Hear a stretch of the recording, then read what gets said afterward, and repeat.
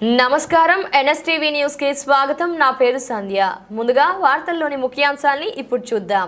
కరీంనగర్ జిల్లా కేంద్రంలోని నగరపాలక సంస్థ కార్యాలయం వద్ద ఆర్టీఐ యాక్టివిస్ట్ దొమ్మటి బాబు ఎన్ఎస్టీవీతో మాట్లాడుతూ కరీంనగర్ జిల్లా కేంద్రంలోని టౌన్ ప్లానింగ్ అధికారులు ఇష్టానుసారంగా వ్యవహరిస్తున్నారని, నిర్లక్ష్యం వల్ల ప్రభుత్వ ఆదాయానికి లక్షల్లో గండి పడుతుందని, పదుల సంఖ్యలో ఫిర్యాదులు చేసినప్పటికీ టౌన్ ప్లానింగ్ అధికారులు స్పందించడం లేదని, ఆర్టీఐ ద్వారా సమాచారం అడిగినప్పటికీ ఉద్దేశపూర్వకంగా కాలయాపన చేస్తున్నారని, అనంతరం తప్పుడు సమాచారం అందిస్తున్నారని వాపోయారు. మధ్యన 26/2/2026 రోజున రాష్ట్ర ప్రధాన సమాచార కమిషనర్ జి చంద్రశేఖర్ రెడ్డి గారి ముందు హాజరై నేను మరియు టౌన్ ప్లానింగ్ ఏసీపీ శ్రీధర్ గారు సమర్పించిన వినతి పత్రం ఇది.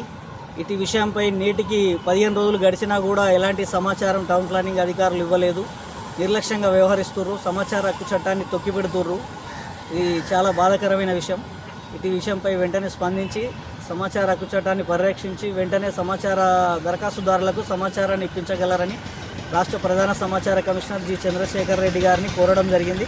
వారు స్పందించి 15 రోజుల లోపల యాక్షన్తో పాటు సమాచారాన్ని దరఖాస్తుదారుడినైనా నాకు ఇవ్వవలసిందిగా ఆదేశిస్తూ లేఖ పంపినాడు. గమ్మత్తే ఉంటుంది. ఓకే. 7/7 రోజు మున్సిపల్ కమిషనర్ కరీంనగర్ గారికి ఇచ్చి 7/7/2025 7/7/2025 మున్సిపల్ కమిషనర్.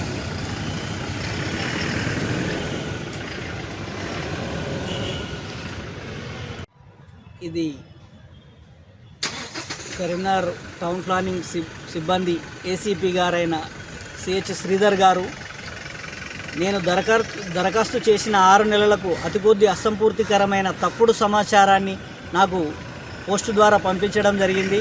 ఇటు విషయంపై నేను చీఫ్ కమిషనర్ రాష్ట్ర ప్రధాన సమాచార కమిషనర్ హైదరాబాద్ జి చంద్రశేఖర్ రెడ్డి గారికి అప్పీల్ చేయనైనది.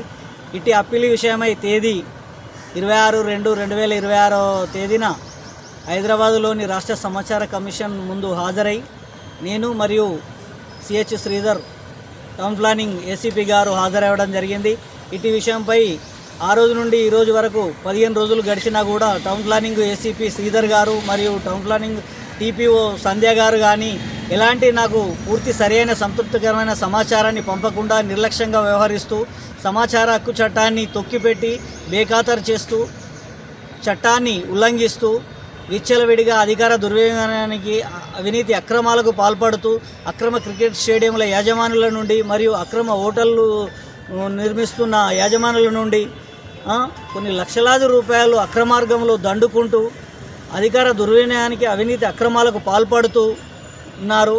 ఇటు వీరిపై మున్సిపల్ కమిషనర్ ప్రఫుల్ దేశాయ్ గారు వెంటనే స్పందించి వీరిపై శాఖపరమైన చర్యలు తీసుకొని వీళ్లను స్థానచలనం కదిలించి వెంటనే బదిలీ చేసి కరీంనగర్ మున్సిపల్ శాఖ అభివృద్ధికి సహకరించగలరని నేను ఈరోజు కోరుతున్నాను. నా పేరు Dommati Babu, united forum for right to information act, Karimnagar constituency, Karimnagar. చెప్పండి. గత కరీంనగర్ రూరల్ మండల పరిధి బొమ్మకల్ విలేజ్, ప్రస్తుత మున్సిపల్ విలీన గ్రామమైన బొమ్మకల్లో విచ్చలవిడిగా అక్రమ క్రికెట్ స్టేడియంలు మరియు అక్రమ హోటళ్ళు నిర్మాణాలు విచ్చలవిడిగా జరుగుతున్నాయి.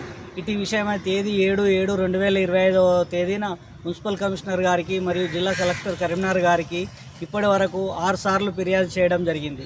అయినా కూడా టౌన్ ప్లానింగ్ సిబ్బంది టీపీఓ గారైన సంధ్య గారు మరియు ఏసీపీ శ్రీధర్ గారు మరియు డీసీపీ బషీర్ సార్ గారు నిర్లక్ష్యంగా వ్యవహరిస్తూ అక్రమ క్రికెట్ స్టేడియం యాజమాన్యుల నుండి మరియు అక్రమ హోటళ్ల యాజమాన్యుల నుండి కుమ్మక్కై కొన్ని లక్షల రూపాయలు మున్సిపల్ శాఖకు వచ్చే ఆదాయాన్ని గండికొట్టి వీళ్ళు విచ్చలవిడిగా అధికార దుర్వినియోగానికి అవినీతి అక్రమాలకు పాల్పడుతున్నారు. ఈరోజు కూడా తేదీ 9/3/2026 రోజున 6వసారి జిల్లా కలెక్టర్ కరీంనగర్ శ్రీమతి చిత్ర మిశ్రా గారికి ఈరోజు ప్రజావాణిలో ఫిర్యాదు చేయడం జరిగింది.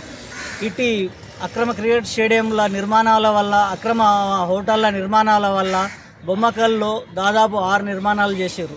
ఇటు విషయమై టౌన్ ప్లానింగ్ సిబ్బందిని ఎన్నిసార్లు విన్నవించినా కూడా ఫిర్యాదులను పెడచెవిన పెడుతూ పెండింగ్లో మూలన పడేస్తూ అధికార దుర్వినియోగానికి, అవినీతి అక్రమాలకు టౌన్ ప్లానింగ్ సిబ్బంది మూలన పడిస్తున్నారు.